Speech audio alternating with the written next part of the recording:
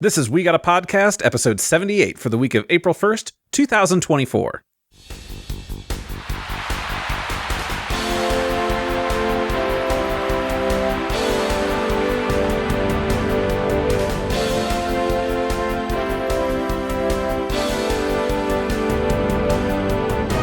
Welcome back to We Gotta Podcast, an extension of the all-encompassing podcast. We Gotta. We cover everything and anything in Dragon Ball in hopes of enlightening and perhaps a little bit of entertaining. Hey, nice to have you here. My name is Randy. and I'm Doug. And I'm a piece of trash, Ken. Oh, his words, not mine. They were actually my words. He's repeating my words. It's true. Yeah, we have it in writing. Hey, how are you guys doing this fine April Fools? It's oh my god, yeah, it is April Fool's. Yeah, that's right. Dang. Yeah. Do we have anything planned for that? Like anything prior that we just said might sound a little off. I don't know. Everything seems normal to me. Hey, Yeah. You're right. Yeah, I'm overthinking it. You're right. It's true. I'm doing great though. I finally broke down and packed up some of my figures and sent them away to my mother's house because it was getting too packed up in here. No, I didn't sell them. No, I didn't get rid of them. I said I never would, and I never will. That I just moved them to one location to the other. So, but yeah, I have a little more extra space to put like a coming SH figures that I have. You said, "Mom, this is too much, and I'm saddling you with it." I showed up with 3 brown boxes. It's just like, Douglas? you got space, right? They're all prize figures, so it's nothing that I will miss. It's stuff I needed to get before they get expensive, but just needed to get them out. Then sell them. Did you explain that to your mom? No, I don't think she'd understand. That would go over 95% of people's heads if I said that. It's true. Kenneth, how are you doing? Man, I have been reading this book called Evangelion Anima.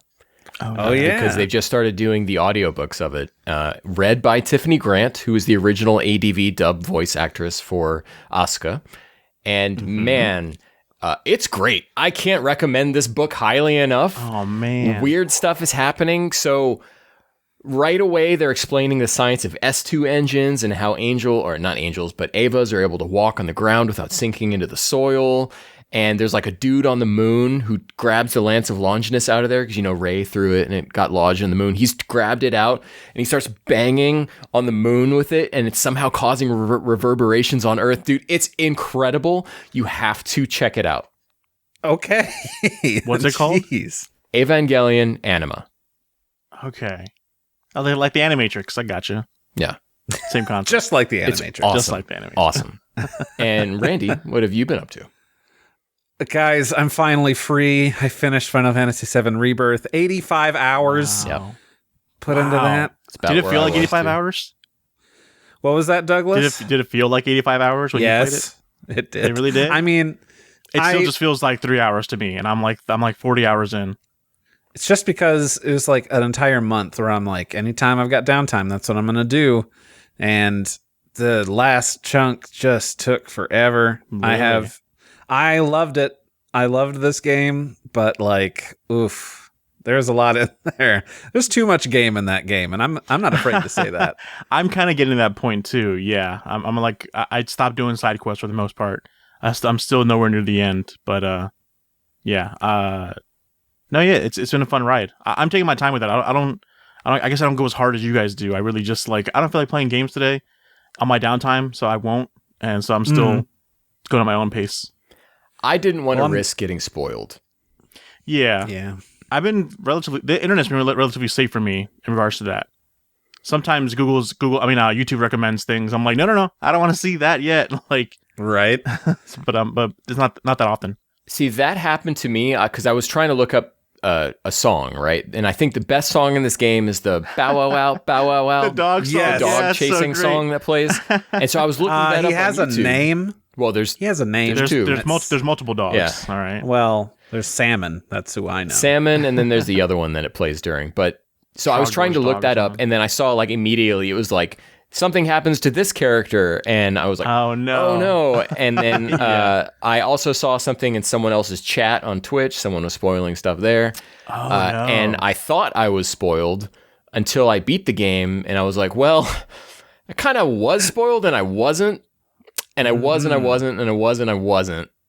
And it's weird. Interested to find out what that means when I finally beat it. So there's no prepping you for the end of that game. No. Oh, okay. I'm kind of worried. It's not going where I thought it was going to go, but I'm open to new ideas. So, yeah, man. There are plenty of new ideas. Great. So yeah, strap in. It was an experience, but I'm glad to be free. I can think about other things now. Well, I'm not really, because of course now I go through a Wikipedia rabbit hole and like reading wikis. I finally, dove into Traces of the Past, whatever that book was, of Tifa and Aerith between games 1 and 2. That seemed like that was necessary reading, wasn't it? I didn't read that, and I'm like, why do they know necessary? About stuff? There's just a couple of things that you can kind of you can glean most stuff without. Important things though. Like I was so lost in the beginning of Rebirth when I'm like, how do they know about this? There is stuff that got brought up that happens with Aerith that they just never answered in the game at all up to the end. Yeah, that's what I feel like. Yeah, and that I'm not really okay with because I thought they were going to address the book events more directly, and so I'm like, I don't want to read this book.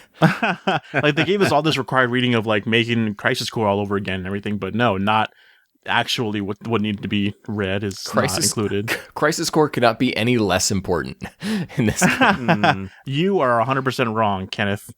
Disagree, Ken. If you did not feel a sense of joy and like, oh my god, within the first 5 minutes of the game, you didn't do the required reading. You just don't get it. But let's talk about something else that a lot of people don't get.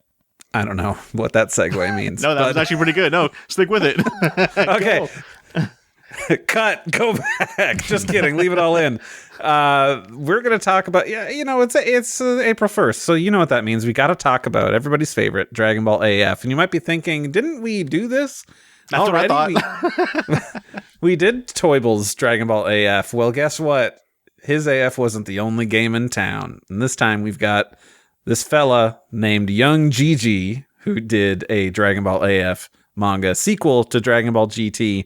And I guess we got to know what it is, what its history is, and we'll go to our resident AF GT nerd, Ken.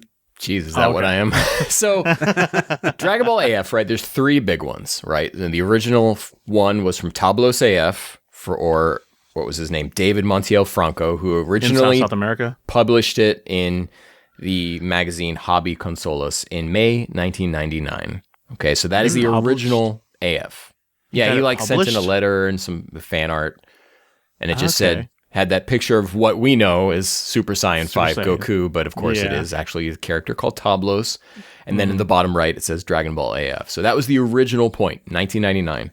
Okay. And then in 2006, we have Toyotaro as Toyble, who puts out his own Dragon Ball AF online and at Comiket and the such. And then in 2009 comes a young old man named Young Jijii with his own Dragon Ball AF After the Future, which was sold only on MOBA Oku, which means mobile auction site, which is like a auction thing on phones. I don't. Japan and phones, they were so much more advanced than we ever were for a long time with phones. So I'm gonna just go with that. They had their own digital manga verse already, right? So he begins at least okay. So I have to use Wayback for this because Jijii's site doesn't exist anymore. Oh, and I don't know if he was using WordPress or whatever, but the way he has it set up was that he first posts the first chapter of Dragon Ball AF, the first volume, as you can read it now, on January 29th, 2009. So that's as far back as it goes. On February 14th, 2011, he does a blog post explaining what DBAF is, which is basically the kind of opening narration bit or opening comments in this book. I like that in this. Like he really explains there's some other stuff overseas, but this is my own thing. And right. Please be kind. That's like basically what he's saying. He doesn't acknowledge Toyotaro's AF, which was the big thing.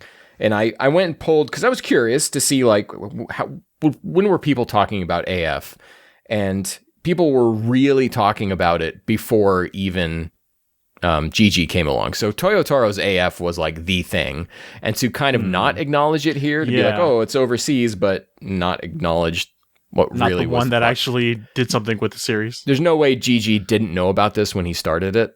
Because so many things start similarly in this one as they did in the other one. What are you implying then? Are you implying that he was kind of gunning for like a job with No, Shueisha or anything? Like, I think we're not going to acknowledge that one, so that maybe they'll come to me and ask me to start making the manga. Didn't in the thing of like the Jijii illustrations at the end of one of the volumes? Isn't there one of Zykor, the bad guy from? Is. Yeah, I saw that. I'm like, So- that guy looks familiar. He wasn't in this at all, but Or however it is, however you pronounce that. I always just read it Zykor, but I know that's not how you're supposed to say it. So he was definitely aware of Toyotaro's. It just seems weird that he didn't say like, oh, there's this other big one and I want to do my own shot. Anyways. yeah. So on March 10th, 2011, there's someone on Yahoo Japan asking about the first 3 volumes of Jijii's Dragon Ball AF. So we were already 3 volumes in deep by this point, which is important because it's at this point you can trace back on the Kanzenshuu, then Daizenshu EX forums, that it was uncovered, Herms uncovers that Jijii is the creator behind this Dragon Ball AF because people were just now finding out about it over here. And then in late March through late April 2011, Daizenshu EX forum member Star Rot obtains volumes 1 and 2 out of order and scans the entire thing. And then Herms comes along and does translations for them. And it is my understanding that the volumes in which we read were a translation by Herms. So, but early Herms. So Early probably Herms. he probably definitely would not have had a character say, "I've got a bad premonition." He probably just had them say like, "I've got a bad feeling." Bad feeling You know? about this, yeah. Huh. Wait, so like we didn't even know who the artist was of this manga. We just knew it existed and no one knew really who it was. Herm discovered. It was a Young pretty Jijii? quick turnaround. Okay. Yeah, so it was like, hey, I've seen this. I don't know what it is. And then Herms comes along with that Yahoo auction thing saying, oh, it seems to be someone named Young Jijii. Oh, he wasn't hiding himself. It was just something in Japan that we Right. just got here in America slowly. Gotcha. So to give you some more context, we're now about like 5 years into Toyotaro's AF being around and being a thing. It's only just a little bit after this, in September 2012, that Toyotaro moves on to do Victory Mission. Official stuff. Official stuff. And Wow. now the only AF in town is Young Jijii's. Oh, Which, okay. as of late 2023, is still a continuing story. Is that Whoa. a win or a lose? I guess it's all perspective, Like I still got AF, but he got the job officially. So that's just a little bit of the history on this. Now, his blog is gone. His last blog post seems to be like, hey, if you don't know what a doujinshi is, get out of here. And if I get enough complaints about this, I'll just take this website down. And I guess he did. So, wow. no, it doesn't mean he's going to Dang. stop making the product. But yeah, his website's gone. Only accessible through Wayback Machine now. And that's as early as January of 2024. Oh, So wow. it like just happened. Huh. He's still pretty like he's on Twitter a lot, isn't he? Like posting like fan art or like art. So I went to @YoungGigi, and it says the account was created in March 2023, and his only comment is about I'm a young old man, and that's all that I am, or something like that. So I don't know if Young Jijii used to be @YoungGigi and changed his handle, and then someone jumped in and took this one. So I don't know. 'Cause I feel like I've seen a lot of Young Jijii art like throughout my past 10 years, like just on Twitter and stuff. But Well, yeah, I mean, you could have seen other people posting it because he had been posting his stuff on his blogs. oh, okay. I mean, he's done like Tournament of Power fan art, and he's Yeah. has other series called like Dragon Ball After, which takes place after Dragon Ball, wouldn't you know it? Whereas this is a post-GT story. He's got another one that picks up right after the end of the Buu arc. So what are your overall thoughts? So the homework for this assignment was to read 4 volumes. And maybe, Randy, you should give us a recap before we jump into this. Yeah, sure. I've 3 years. At first, I gotta say, Ken wrote this as the Randy recap TM, which is great because for GT, I believe we had the Doug recap. So this works out great. 3 years have passed since Son Goku saved the world from the evil dragons with the Super Ultra Genki Dama. Pan now attends school in West City. Oob has taken the mantle of Earth's champion from Mr. Satan. Goten has married Pallas and taken a job at Castle Core, while the ever-vigilant Vegeta trains. As Earth settles into a rare peace once again, will its fighters be able to stand up against a new threat thawing out in space? So what is your temperature on this? I mean, what's a bad temperature? That's really? where I'm at. Well, no. See, I thought overall, are we just going overall thoughts on the whole thing? Yes, yeah. Kind of get into it. I thought it was fine for what it is, which is, here's a bad guy. We've got to figure out a way to beat him. And, usual shonen thing of like, okay, well, maybe we'll try this and we'll have the upper hand. And then they do. And then the bad guy's like, actually, I've got this other thing. And then this isn't even my final form yet. Yeah, exactly. This is everything wrong with Dragon Ball is encompassed in these 4. Are they volumes or chapters? They're chapters, right? But volumes. Volumes. For someone who's never read it, it's not a whole like Dragon Ball volume sized. It's like it is feel like chapters, right? But yeah, it is. It was very much. It was, I think, purposely, like obviously, a lot of tracings from the original Dragon Ball. Oh yeah. Obviously a lot of story elements from the original Dragon Ball. Like it's a little too much for my liking. It's just like, oh, you're just doing this scene of Gohan going to high school instead of Japan, and like every shot you can see where he got it from. Like not inspiration, but almost like just tracing over. Yeah. And I don't know. I thought his panel structure and composition were good. I mean, a lot of that was tracing, though. But I know, yeah. So how much of that is him? But yeah, it was still really good. Like it looks great. It's really close to Toriyama's, or is it close to Toriyama's style, or just close to something that I think Toriyama's style in my head looks like. When he's tracing, it's pretty close to Toriyama, but you can tell when he's not because it suddenly goes extremely off model. Yeah, right. Yeah, not necessarily bad, just no. And it gets better, of course, as you go forward because, like anybody, practice makes perfect. Yeah, the story is just so from the beginning, just the very first like reveal of Ize, the new villain. It's just he's like, I want to fight someone strong. I'm like, I'm already bored of this villain. That's all. That's the motivation. I just want to fight someone strong. It's a very much a fan fiction that just it's getting so much attention because it looks really nice. Yeah. I think his art is a certain rushedness. He's able, like Toriyama, you could tell worked fast, and you can see that in this guy's art, Young Jijii, as well. So I like that quality to it. Of course, the rushedness also extends to the story elements as well. I think he's very kind of jumping extremely fast with the way he's trying to tell his story. Less of a reliance on gray tones than modern Toyotaro, especially.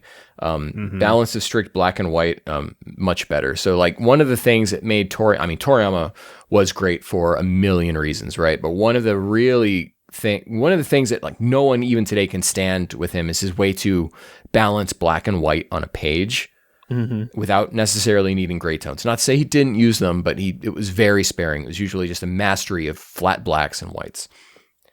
And you see that here as well with Young Jijii. Panels are obvious references and traces to the original series, but so was Toyotaro's AF. Doug, lots of hand-to-hand combat here. At least. Not necessarily all just beam clashes like GT was. Very true. But Doug, when you say that this was everything that's wrong with Dragon Ball, I don't necessarily feel that strongly, but I do feel like he doesn't have a grasp on the feel of Dragon Ball in a way that like, Toyotaro does. It always just goes back to how seeing something like this just puts Toriyama for me at a higher level. Like, wow, he really had this like gift of like making a story just execution just beautifully, where a lot of people seem to struggle with it. Yeah. I felt like, it was a lot more focused on the dire circumstances, so we didn't really get a lot of moments for comedy because we were just kind of like moving at a fast clip for everything. But like the early parts of like setting some stuff up, I liked that it was kind of a direct continuity from GT. Like GT, of course, in the story just happened 3 years ago.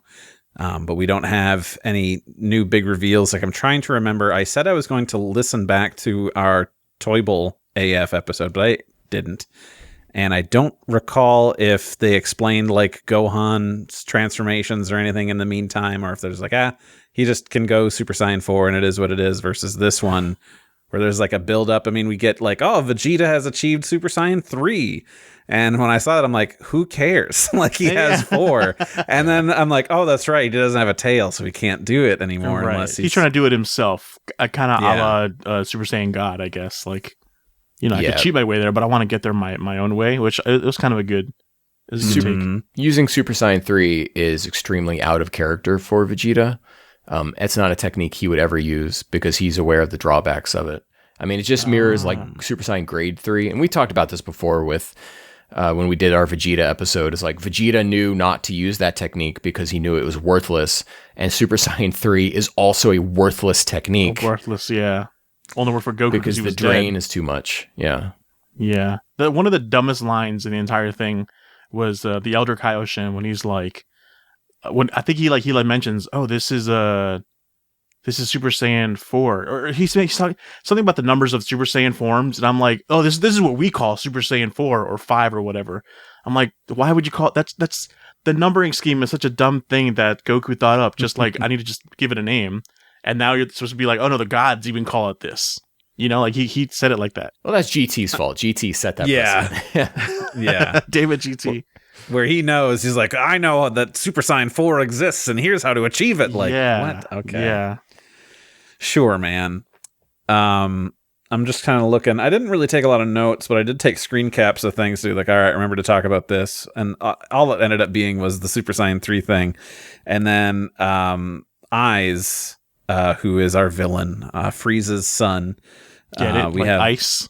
Yeah. I was like, oh, is that Ize? But then I like stopped and like, what is the pun on? Okay, it's supposed to be pronounced Ize or whatever. Every time I'm reading it, I'm like, Ize, and I'm like, no, it's an ice pun. He wants to be ice.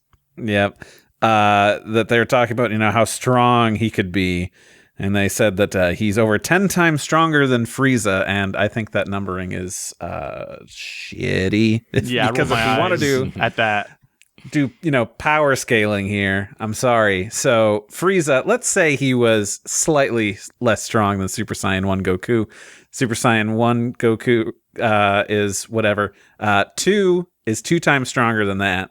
And Super Saiyan 3 is 4 times stronger than that. So Super Saiyan 3 Goku is roughly 8 times stronger than Frieza.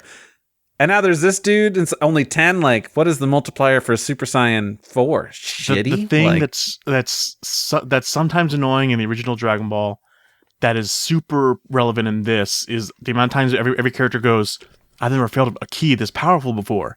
Every time. It's kind of sparing in Dragon Ball, the original, but in this, it's like every other page. It's after every new thing, it's like, oh my god, the earth is shaking. He's so strong. I'm like, what was happening then two power-ups ago when the same thing was happening? It's so dumb. You see, then if you want to be like, well, we can't just do world shaking because we've already done that before. Then you get dumb things like, well, Goku and Beerus, when they punch each other, they create shockwaves that are going to destroy the universe. They create black holes. Like, all right, guys. So then you get those dumb things. We don't need that anymore. So overall, when we did our Toyotaro episode, I also went back and reread what we just read. Or I guess I read that. Anyway, I've read this like 3 or 4 times now. Wow. And I liked it this time a lot more having the context of GT behind me. Yeah. As we acknowledged when GT was ending, it was starting to feel a lot less like Dragon Ball.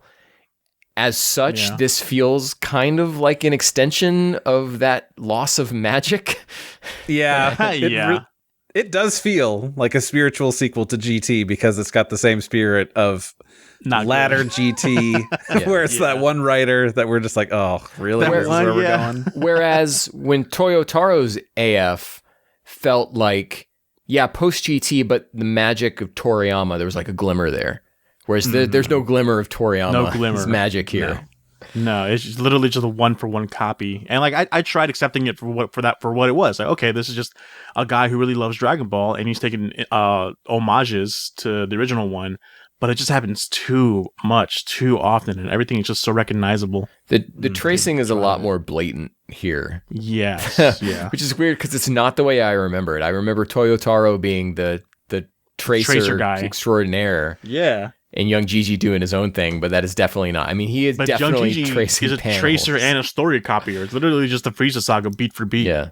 Just condensed a lot smaller, which makes it less engaging. Well, let's just go ahead and jump into the flow of the story here. So, in Volume 1, he opens up and explains the setting 3 years after GT, all right? Okay, so for those keeping track, there are 5 years in between the end of Z and GT. Uh-huh. Okay. 1 year happens in GT. Oh, yeah, Okay. just 1 year is all GT, yeah. So that means that between end of Z 9. and where we're at now is 9 years, okay? All right. Keep that in your mind. He's going to Okay. reveal ages on us and be like, that doesn't make any sense. So we start off with the Frieza-lings, just like Toyotaro did. Whereas Toyotaro started off with Frieza going, mama, and then the South Kaioshin, or what, was he South or Western Kaioshin? Who knows? Who cares? I don't remember at all. I want to say South. Could be wrong. I'm going to say North. Anyways, the Lady Kaioshin, Uh-huh. we start off with that in a little flashback because she's we're going to west. get to Zykor. So yeah, Ize's got the flimsiest motivation. He wakes up, he's like, dudes, I just want to fight, guys. Let me fight the strongest person possible. Okay. And the birthing? You go on with, yeah. Yeah, we're not, he's just, they explain it a little bit later, and we'll get you're into right. that. So here they explain that Pawn is 16. Okay. Here we go. Bring it home, Ken. The Ken. So if Pawn is 16, where we're at now, 9 years So- ago, She was supposed to be 5 during the 28th Right. Budokai. so 9 years ago, she would have been 7. Yeah. So already the math is off. Yeah. By like 5 years. Meaning young Jijii 2. didn't read the perfect files, because that would, at the time, that would have been the only place to have gotten this information. Or maybe really? there were Okay. other sources too, but it was the perfect files kind of like set this in stone. Because as far as I know, they've not been able to find anywhere else that has said anything other than that. Well, Ken, he made her 16 so that he could just straight up copy her design as Gohan's when Gohan's going to school. Otherwise, cool. it wouldn't have worked. Okay, so how old is Oob here? Because Oob is God. 19, as they say in the back half or in the back pages of chapter volume 3, he'd I be- think. He'd be late 20s. He'd be 28. So they say he's 19, right? So if Pawn is 16, Oob is supposed to be 5 years older than she is. Yeah. So already we got a huge timeline mess. And like me, I'm like, I don't want to like throw Look, Jijii dude, under I the just bus here, but I just went full stupid with multipliers and things for Yeah. power Yeah. scaling. So but it's like details matter, okay? They do. And when you start throwing numbers around, you need to make sure your numbers are sound. Yes. Because also here, Bulma says something like Vegeta is almost 60. Oh, yeah. I remember her throwing And that line out. Vegeta is well over 60, even if you take out the room of spirit and time that he Yeah. spent there. He's still like at least older than 65. And then in the back half of or pages of volume 3, where they're explaining Oob's age, they say he's 62. So young Dang. Jijii, like, get what you have, like, He's not a super fan as Toyotaro was then. I mean, like, Yeah. I'm not trying to fan gate him. I just mean that he doesn't live this series with like the minuscule information details. Right, He doesn't care about that. He cares about more the action and stuff like that as opposed to the math. he wrote this after watching GT 10 years ago, and he's like, I remember everything. Not even going to go back and Yeah. check. and see, that's why I'm saying, like, with Toyotaro Toyble, right, there's like a heart in there, right? Like, he lived and breathed Dragon Ball. Yeah. Whereas young Jijii, I don't feel necessarily. I feel it's like, a guy who watched it 10 years ago and is like, Yeah. let me make this based on what I remember. Who does love it? Like to make Yeah. all this, he has to have loved the series. But But yeah, you don't it's- eat it breakfast, You lunch, don't and dinner eat it, like yep, Toyotaro yep. does. You don't get hired by Shueisha to do official stuff. Yeah. So anyways, timelines. Dude, time just works differently in the Dragon Ball universe. Ken, you Dude, just gotta don't tell me live with that, Don't man. tell me that. My whole life is this timeline, dude. So right off, I need the constant of time. There are multiple timelines? right off the bat, it's a Pilaf encounter again, just like Toyotaro, except Pilaf and his crew are like going to kill someone. and it's not played for a gag. It's not. They're just like, hey, our life sucks. We're going to kill these people. Oh my God. It's too real, Jijii. There's no humor here. No. Whereas we all, I think, remarked that the Toyotaro AF was funny. And this is not. No. This is just like... This is just to show up the bank scene in GT episode 1 or whatever with Pan, isn't it? Like, I thought it was an homage to the beginning of the Great Saiyaman arc where Gohan stops a bank robbery on his way to school. You're right. The Pan GT episode is a homage to that, to Gohan. But you've got these historically gag characters played for a gag all the way up through even in GT. Yeah. Where it was a joke. They got to be like 150 years old by now at this point. Yeah, and so now it's just a bunch of old people who are going to kill someone because they're on down times, and that's not funny. Yes, it's not funny. Pilaf's whole thing is that he's funny. Like, to see Pan like beating them up, it's like, whoa, it's too much for these guys. Like, they're old and they can't take that. But yeah. So Satan retires, and he's passing on kind of his legacy to Oob, right?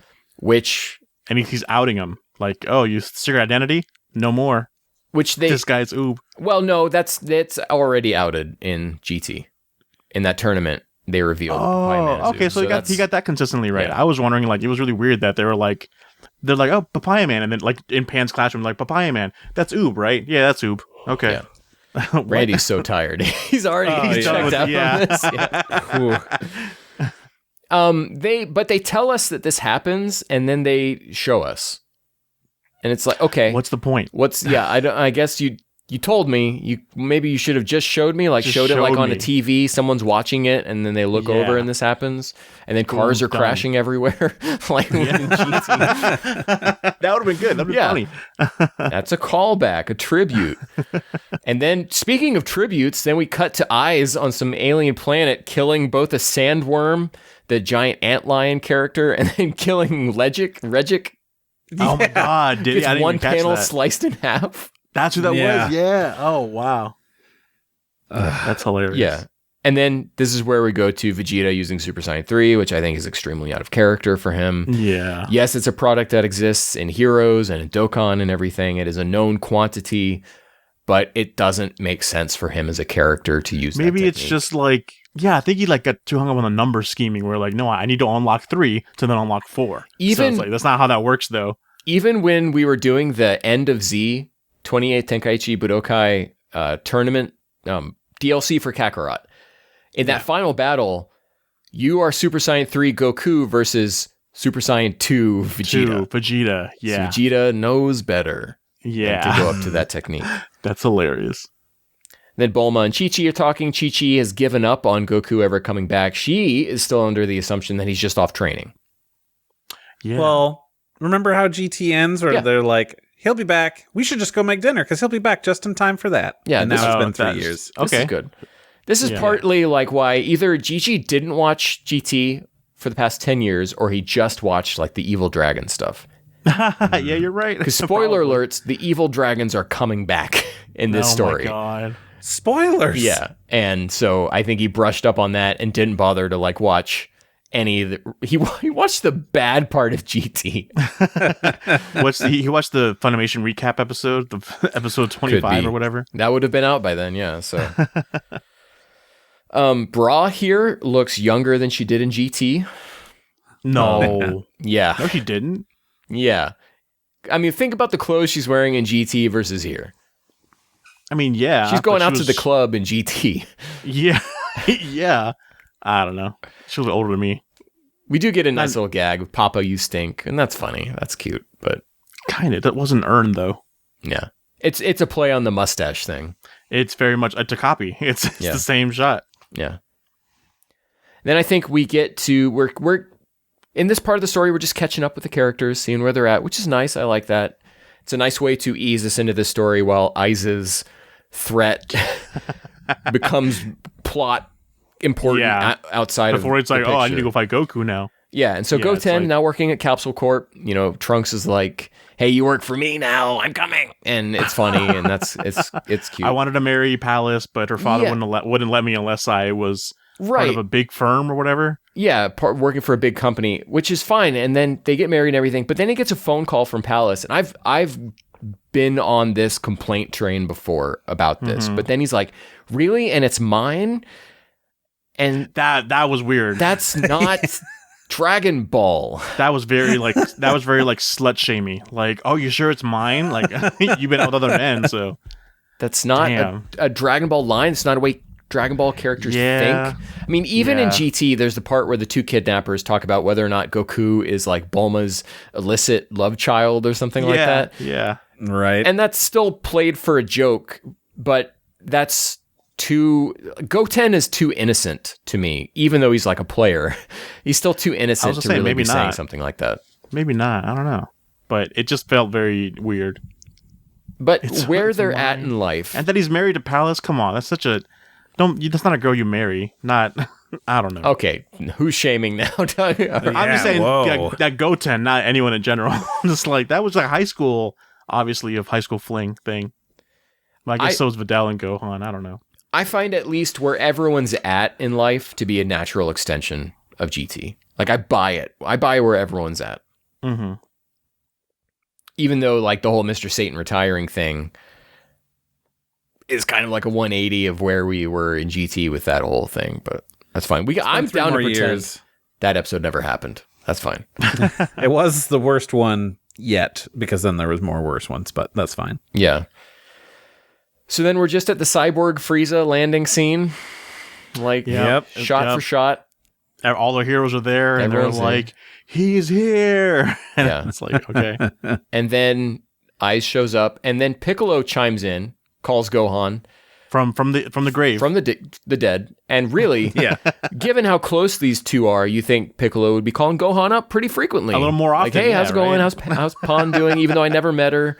How's that going? But no, he's like, hey, you haven't heard from me in a long time. By the way, me and Frieza have been having a chat, and Frieza willingly gave up all this information about his race and how they thaw out, and his son thawed out for 50 years versus his 5. As opposed to Frieza's 5, yeah. And if you do the math, it means he's 10 times stronger. Ken is not exaggerating. This is what has been said from Piccolo's mouth. Yeah. I really hope that before you came into this episode that you read these chapters. But if you didn't, no, 100%, this is how it goes. You have to thaw out, and then Frieza's like, "Oh, I'm proud of his strength." You didn't know him; he was born for he wasn't never born. It's still, you can be proud of your unborn child. Like if you're a father and you're dying, you still be familial pride. I buy into the Vegeta Trunks. That's the least of my problems with this. Yeah. It's not great. The whole thawing out lore and everything is cool. No pun intended there. I think it's I think it's neat. Wow. Congratulations, Ken. You did it. I don't mind that, but the way that Piccolo's just like, yeah, hey, Frieza's been telling me about this stuff. We had lunch. We had brunch at Tiffany's. Yeah, you guys play bocce ball together. You guys on talking terms, you just having a nice chat. Nothing else to do in hell, I guess. Nothing. And that's the end of Volume 1, if you could believe it. Oh my god. That's just Volume 1.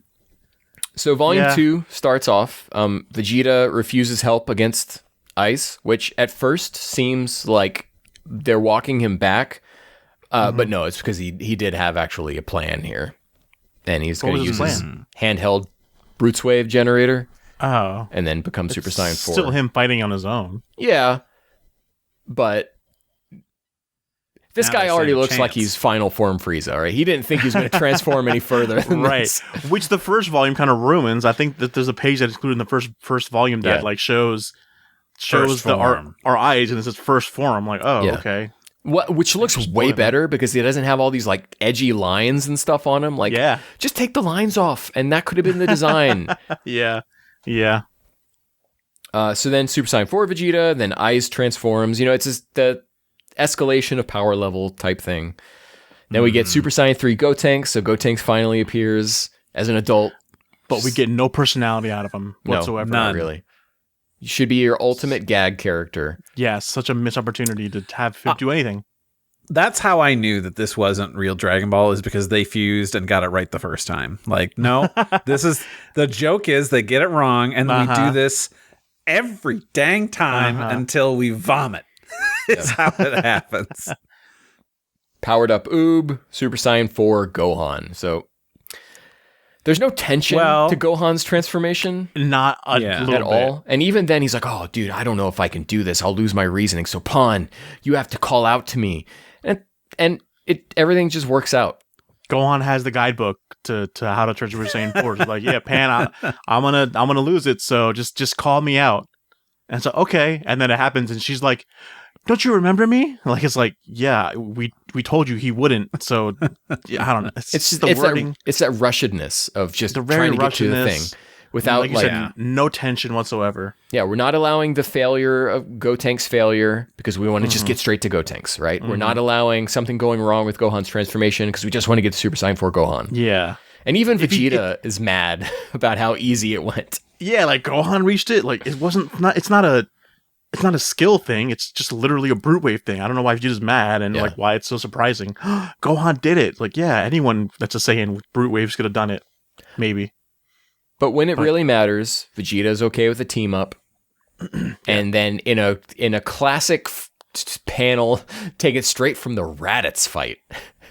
You got Super Saiyan 4 Vegeta and Gohan fighting against Ize. And then we get Tenshinhan's commentary, which is cool. I always like the cutaway to someone far away being able to read the power. And we cut to Tenshinhan here, and then we're going to cut to some other people in the next chapter as well. And then we get, I will show you my true form. Like, okay. Okay, great. Sure. Yeah. And that's volume 2. So if you're listening to this, and again, if you have not read this, see how quickly we're moving through this? It's a fast read. So just pause it, take the next 45 minutes, read 3.5 volumes. I promise you it's quick. It's quick. It's pretty quick. Yeah, it's pretty quick. You're done now? You're back? Okay, all right. Oh, wow, that was quick. Too quick, actually. Did you read it? So volume 3, the Kaioshin come in to recap everything that has just happened, which just doesn't...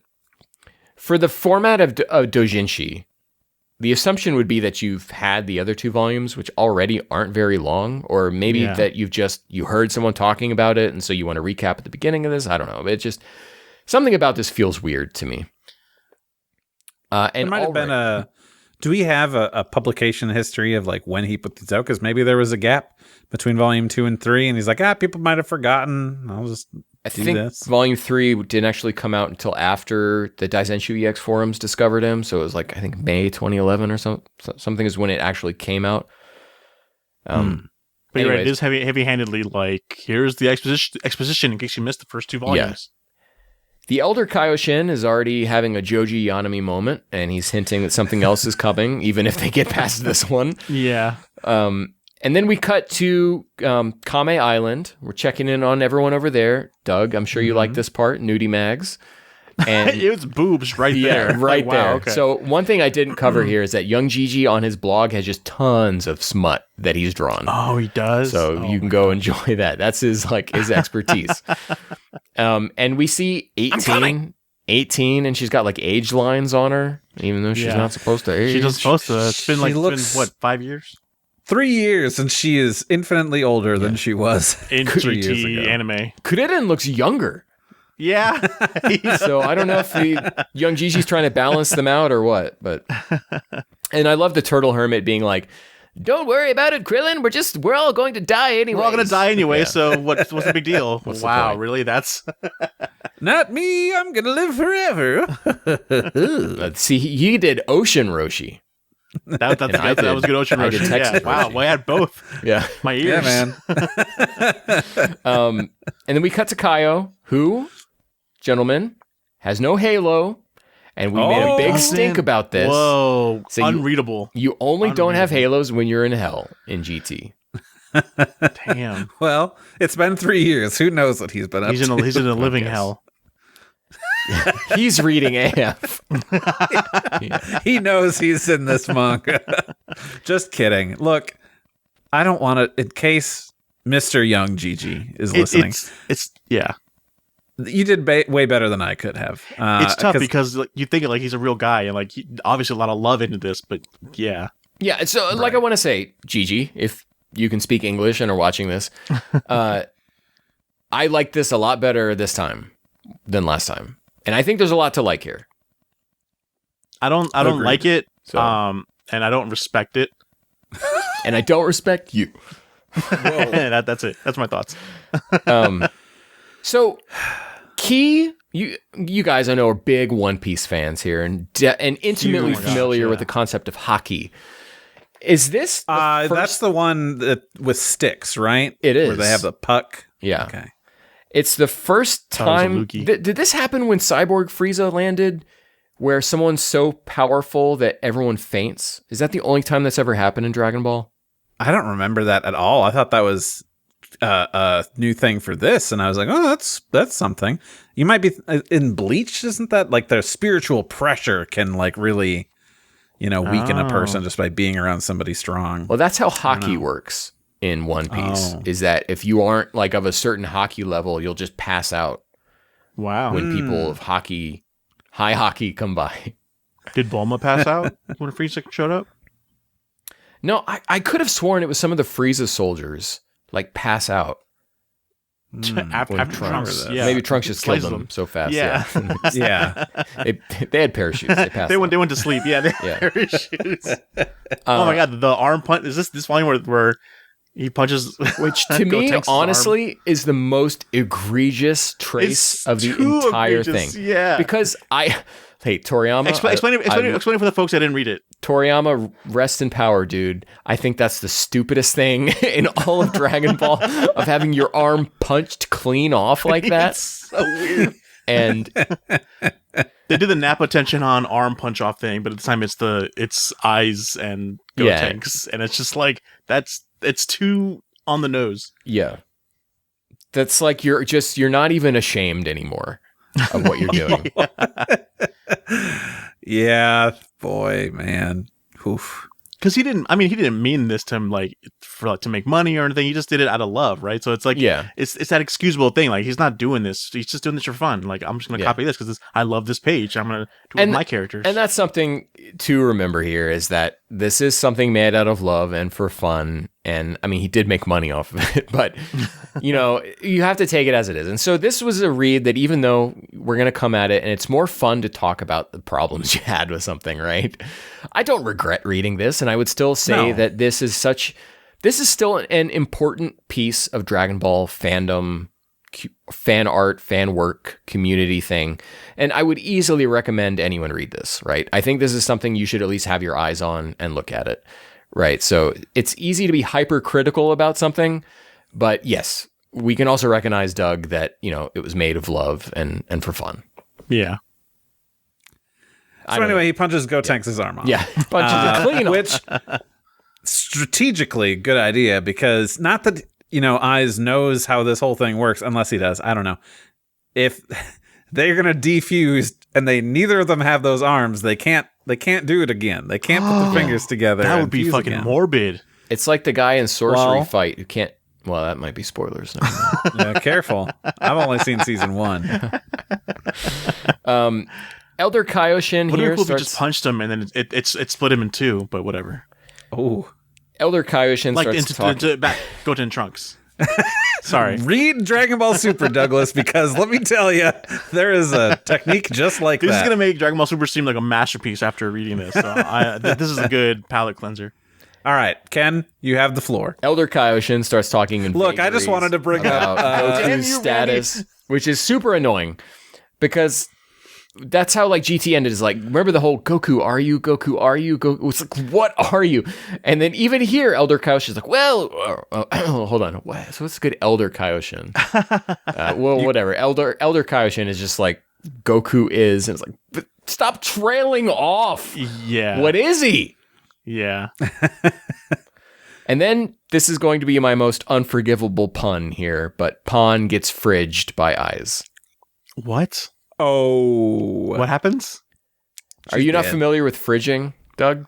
No. It's Okay, just good. like a sex thing? So, no, it's something that originated in Green Lantern, of all things, in the story where Kyle Rayner, so Hal Jordan has just become Parallax and has become evil, and so his ring is now going to a new guy named Kyle Rayner. And he gets the ring, and then there's a big purple guy, I think his name's like Major Force or something, and he becomes Kyle's enemy. Well, anyways, Kyle comes home one day, and he's like, hey, whatever my girlfriend's name is, and he comes into his apartment and he opens up his fridge, and there's his girlfriend crumpled up in the fridge. And it's called fridging because it's like when a woman dies to provide motivation for a male character in fiction. Holy crap. It's called fridging. That is so wild. Oh my god. And that's what happens to Pawn here. Yeah, she gets the future Trunks treatment. Perfect cell future Trunks death beam through the stomach. Yeah. Which causes Gohan as a Super Saiyan 4 like, oh my god. to rage transform into Super Saiyan 5. I won't let you. I won't let you. Ah. Which is where Volume 3 ends. So,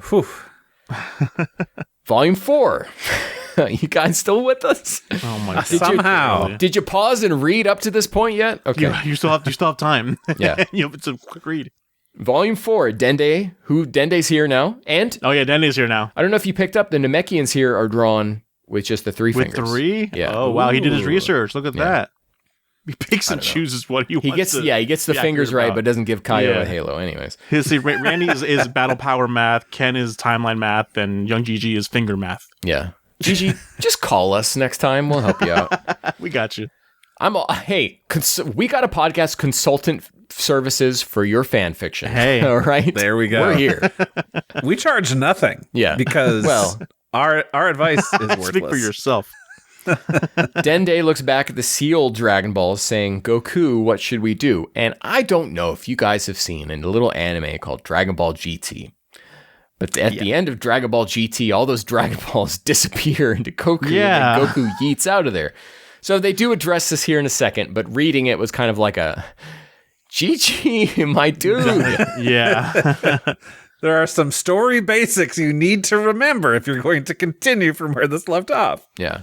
So for as much as he is a dirty, no good tracer, young Jijii does have really nice line work, especially here in the part where Ize is doing his ultimate technique or whatever. I don't think he gives it a call, but the way he's able to do the black and white, I guess it's hashing, to make the shadows and hyper brightness from this beam, he's really good at being able to render that stuff out. And that's not stuff you can trace. Yeah, that's when I first picked up too. Like, oh, this actually looks pretty good, like the contrast wise. Yeah, he is a skilled artist. It's just that, his Toriyama imitation is not so great when he's not just straight up tracing it. But as far as his like understanding of black and white and effects lighting, it's really good, really strong stuff. Yeah. Goku, we find out. Oh, so I's gone. He's dead. Don't worry about him anymore. He's good. He does the Super Saiyan 2 Gohan counterattack Kamehameha. Yeah, and he sells out. Yeah, and he's still like just mad. So he does the Kamehameha charge up without like his hand motion. He's just staring at it. Right. Man, last second. Yeah, it's cool. Because it happened in Dragon Ball, written by Akira Toriyama. Goku is fighting the negative energy in the Dragon Balls alone. So that's still going on. That wasn't just resolved. Yeah, Doug, I don't know about you. This lost me. I was like, what okay. Again with the negative energy and the positive energy? Okay. Can't wait to explain it to me. So, Doug, you've got, on one hand, you've got Goku still fighting the negative energy, and on the other hand, you've got Dragon Realm Hangout, dude. Which one you like more? Oh my god. I think the Dragon Realm Hangout. Hell yeah, we got him. Oh no. I knew you'd come around one day, Doug. If those are my only options, damn it. And then Gohan is like, because they want to bring Pan back, right? But they can't because they don't have the Dragon Balls. And then Gohan's like, well, can't we just use Purunga? And the Elder Kaioshin's like, no, dude, you don't understand. Purunga that one has one wish left until until it explodes into white dragons. They now know that, but beforehand they're like, who knows what'll happen? I guess keep using them, whatever. Now they're keeping tabs on all the dragons around the universe. We do here get the young Jijii's interpretation of what happened at the end of GT. And I don't know the timeline on when Toyotaro's explanation came out. But Jijii's might have actually come out first. I'd actually need to go and look at when that Super DB magazine came out with those 2 pages in it. But Jijii's out here like making things canon. He's like, oh yeah, Goku did die at that in that hole. Well, it's funny because it's the exact same interpretation as Toyotaro has. So it makes me think that one of them read the others and then was like, oh, that's a great idea. Right. But then it spins off and two different. I mean, directions. it was a very common like theory back in the day, so they probably just like went with that because it was the most interesting kind of theory to catch your eye. Yeah. So now everyone's got to train. And now it's the training section.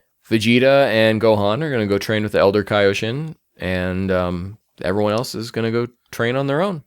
So they can do, and Elder Kaioshin knows Gohan can't turn Super Saiyan 5 again. Yeah. He's like, he did it, but he doesn't remember. It's like, I'm right here. What do you mean? Like, talk to me.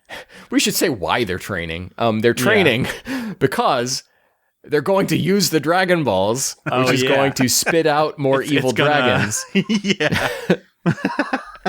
In preparation for something that might happen. So they're going to spit out more evil dragons, so they need to be strong enough to defeat them. To face that. So dumb. So dumb. We're going to do the last arc all over again. And that's where the arc ends. So we had... Oh, go ahead. I got a little bit of praise to say, which is I am happy to see that in the entire first arc, 4 volumes, we only have mentions of Goku. We don't ever like bring him back, see what he's up to, have him be like, hey guys, I'm back alive and I'm here to save the day. Like that doesn't happen. I didn't know this was a long reoccurring series. I thought it was going to end with these 4 volumes. So I'm like, oh, Goku's going to show up at the last minute to defeat this guy. Doug, guess what volume they're on now? 23? 26. Wow. So, whoa. It's a long road ahead of us. He never boys. stopped, huh? No. Damn. I would love to at some point, because, we get in and so, like, in the weeds on all the little details and everything and how this doesn't feel like Dragon Ball or this does or whatever. This was a good idea. This was a bad idea. I would love to, I have a fan fiction thing that I've been working on for a long time. And I would love to take an episode with you guys and just workshop it. And that's the show. That could be fun, like with all of us. Yeah. Oh, man, that would be fun. So I think that would be fun because Jijii could be just one guy, right? And when you're one guy, you miss a lot, especially trying to follow in the steps of someone like Toriyama. But 3 guys. Yeah. With your knowledge. It's at least a third of a Toriyama. Maybe. Yeah. I'll be there just to tell you how it feels. Yeah. I don't know about you guys have all the data. So that is that's the Ize arc of Dragon Ball AF. The next arc, I don't know if maybe we'll hold off until April Fool's again, but I think the next arc, it's a small one. It's like maybe only 2 volumes long. So it'd be an even faster read. Maybe we'd have to an addendum added on to the end of something else. No transformations at all, probably. Yeah, no, there are, but that one's fun because that one has an enemy whose like whole shtick is sound, and so it's interesting. Sounding, dude, that's wild. No, well, I'm coming. That came from this series from AF. Wow, taught us a lot. So that's what I've got for AF. Yeah, man, that was. I guess it's interesting enough to want to keep reading because it is like you said, a quick read. So yeah, I'd be down for more. Were you surprised at how quick it was, Doug? No, because I read it right before the podcast, so I'm like, I only got an hour to read this. I need to do it quickly, and I'm so tired. And I need to get a nap in. So no, it was not a quick. It didn't feel quick for me. It was surprising for me. I went to the coffee shop down the road, and I'm like, I need a big boy drink because I don't know how long I'm going to be here. And I finished reading it. I'm like, I still got like almost half of my coffee left. Yeah. So, oops. But yeah, it was a quick read. And I'll say, even though, I had some nitpicks and some things that I was kind of down on, I'm excited to read more. I want to see where it goes. And it's for the most part, entertaining and some good art, even though some of it's traced. You're tracing the right man, so it's all right. Yeah. He's got to run out of material to trace anyway, right? Unless he hit the retraces. It's not like he's tracing Captain America or anything. So boom, roasted. It's a deep cut. I remember that whole debacle. All right. Anything else we got there? You No. guys? No? All right. Tell us what you guys think about if they're AF, if you read it, who you agree with. Well, I guess we all have the general consensus of not we'll have to amazing. find out after these messages. Hello, welcome. We're back after that fun little break. Here to talk more stuff about Dragon Ball. And first up, I just wanted to say that if you're listening to this on Spotify, thank you. Listen to it anywhere, thank you. But on Spotify, you can check out some cool Q&A and polls that go with each and every episode that we put out. So I just wanted to highlight here our last episode where we talked about Sparking Zero. Our Q&A question was, what character do you wish would be added to the Sparking Zero roster? And we had a couple of responses. We had Saban, who says, besides GT Goku, I'd like Cell Mask. Cell Mask? Cell Mask. Yeah, like Tuxedo Mask. Jim Carrey version. There we go. Doug's got the one I was thinking about. He feels like he'd be a fun boss fight. And now that we've got, these big bosses, could work out pretty well. I'd be down for that. Julian says Jijii from the 23rd Budokai. I agree. I would love to see that. And before we jump into our usual thing of reading your exes... Sorry. Oh my god! I'm like, they're past partners. What do you mean? We got a really great email here about Dragon Ball AF from Jake, friend of the show. Jake says it's so strange reading through these 4 volumes now, talking about young Jijii's Dragon Ball AF. Having stayed as far away as possible from anything AF related for what feels like an eternity. I can't say I was disappointed, because it was exactly as forced and hammy as I'd imagined it would be. But in the year of our Kami 2024, I think there is merit in that. In a world before Battle of Gods and Super, I would have written it off as something uninspired and unoriginal, merely something that more or less takes what GT left us and uses it as a springboard to continue what was left dangling. As much as I dislike GT, I could understand a fan being jazzed to get more GT. Unfortunately, more GT is true to form, uninspired fights that drone on as meat dolls slap each other silly and change forms like a glorified ping-pong wet dream with some twinkles of good ideas. Oob succeeding Mr. Satan as the people's champion is a sweet touch that I wish was embellished a little further, considering their relationship. Vegeta reaching Super Saiyan 3 but lamenting his limitations on taming Super Saiyan 4 seemed like a natural step in his training. I can't say I love how the rest of the cast has grown in these 3 years, but I definitely don't dislike it either. I'm not sure if I should praise young Jijii for writing Pan to be 0% insufferable, but hey, I'll take it. Ultimately, young Jijii presents a handful of great panels that trick me into thinking I'm reading Toriyama's work, but most of the time, I feel like I'm looking at heavy quotations, traced illustrations. Many fights boil down to remember this exchange, something that I feel like was already lame before Super even got to parade that concept into dust. But now, when the world is filled with some questionable Dragon Ball material stamped with official seals of approval, it feels like AF could be right at home as DLC in Xenoverse. Ize's design is too edgy for my taste, but in 2024, it's fine. Kind of like drinking cheap wine. You knew what you were in for. Now finish the paper cup you poured it into and crush it into your hand. So, dude. Nailed it, Jake. Wow. Well spoken. Yeah. That was fantastic. So thank you for sharing that with us, Jake. But we've got what other people also had to say about Dragon Ball AF. So we've got here Parker Rico, who says, this is my first time reading anything AF related, and it was definitely something. Young Jijii's art is absolutely amazing, but the copying of existing panels really brought it down for me. Also, Bulma with glasses should become canon. Oh, yeah. Does she never wear glasses in the show? Or the I don't think so, no. No. Maybe. Yeah, I'm thinking like near the Great Saiyaman arc, maybe, but for like a minute. I don't remember.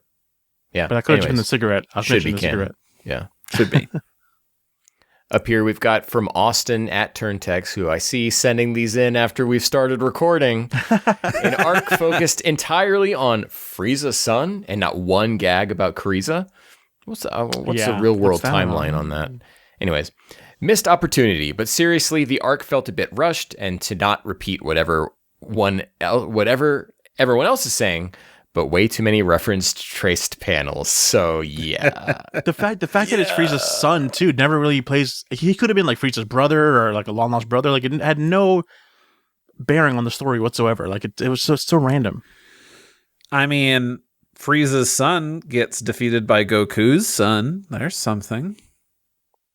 No, it's that's like fine. Poetry. It rhymes. Oh my gosh. Exactly. Right. Doug, why don't you take this one from Jacob? This one comes from Jacob Sawyer. He says, feels a bit like the late arcs of GT, and that it could be a video game plot, and it's a bit soulless. I think it looks good, and there's a lot of action. I just don't feel anything from it. I would like some justice for Oob. Oh my god, yeah, definitely. It's not the worst, just kind of meh so far. Yeah, Oob does like the one chocolate beam, and that's it. He's supposed to be like the successor. Super You're right, chocolate beam. Put some respect on that move. Super chocolate beam that misses, right? Because I don't see any chocolate after that. And yeah, that's all he gets. Yeah. AJ says, one of the very first AF things I ever read. I remember I had a friend translate it from Spanish to English because an English translation didn't exist at the time. It's full of tracings and a total joke of dumb power-ups, but it's shameless and stupid enough that it wraps back around to fun. Wow, so that they got it in Latin America before even America did. That's just goes to show you again, they're just the next level fandom down there. Yeah, the United States are always behind on everything. Yeah. Oh, yeah. We always think we're the first, and we're like, yeah, we made it popular. No. Mm-mm. But I'm sure that the Tablos guy like wanted to know what's my competition kind of thing, and then he seems petty now that you mentioned that he was mad about his image or whatever, not getting money out of it or whatever. Doug, that's not petty. No. I feel like it's petty. I would love my art to just be out there. No. But whatever. No. As an artist, hell no. Okay. Yeah. Sansu writes in and says, this was my first time reading it, and I enjoyed it more than I thought I would. The Gohan transformation is very fan servicey and kind of stupid, but I'm a Beast defender, so I can't complain about it too much. Although it is sometimes difficult to recognize Gohan, just like in GT. Yeah, and he gets drawn like Vegeta here a few times. Yeah. See, I thought about Dragon Ball Superhero as well after seeing that transformation. I'm like, I mean, is it any more different than the Beast transformation? But it is, because just how it's executed and told, it's just way better and more natural than this. Yeah. Fair. Doug, would you take this one from Nero Nova? Nero Nova. It definitely wasn't as good as the first time I read it. The art is good, but the traced panels stick out a bit too much, and the pacing wasn't that great in my opinion. That said, this whole story is like fast food. It's cheap, not that great, but man, I can't help but want more. Yeah. I'm kind of in the same feeling there. Yeah. I'm excited to read more. I just don't have high expectations. And I'm sure a lot of you who have read this are going to continue reading the series. Just make sure you're jotting down notes about how you're feeling so you don't have to reread it again when we put out that call a year from now. I'll take this last one from Ben, who says, I remember enjoying this in high school, but I just couldn't now. While Dragon Ball proper has certainly reused its own ideas, it feels too shameless here, especially due to the panel tracing. I also think the design for eyes is just bad, completely misses the point on what makes Frieza's design good, and just looks too edgy. Yeah, it's true. Like, Frieza's whole thing was that it was just a simple, sleek, white with some purple dots. But now we got, like, red edgy jagged lines and jagged the spirals. black eyes with the red dot eyes or whatever. It's just like, all right. I also thought it was funny that because you could tell that he was being traced multiple times, that his proportions kept changing.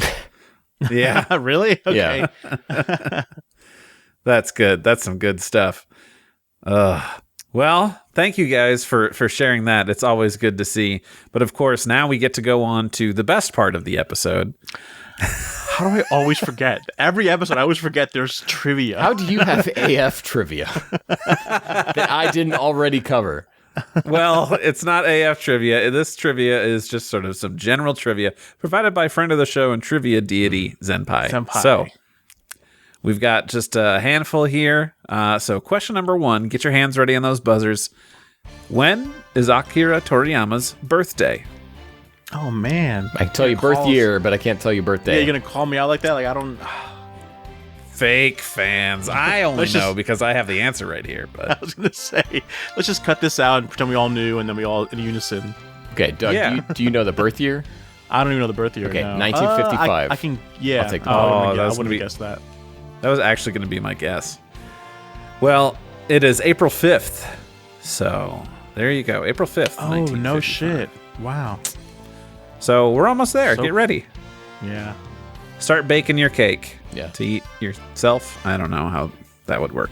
Next question. What are the Chinese zodiac signs of the years of Toriyama's birth and Toriyama's death?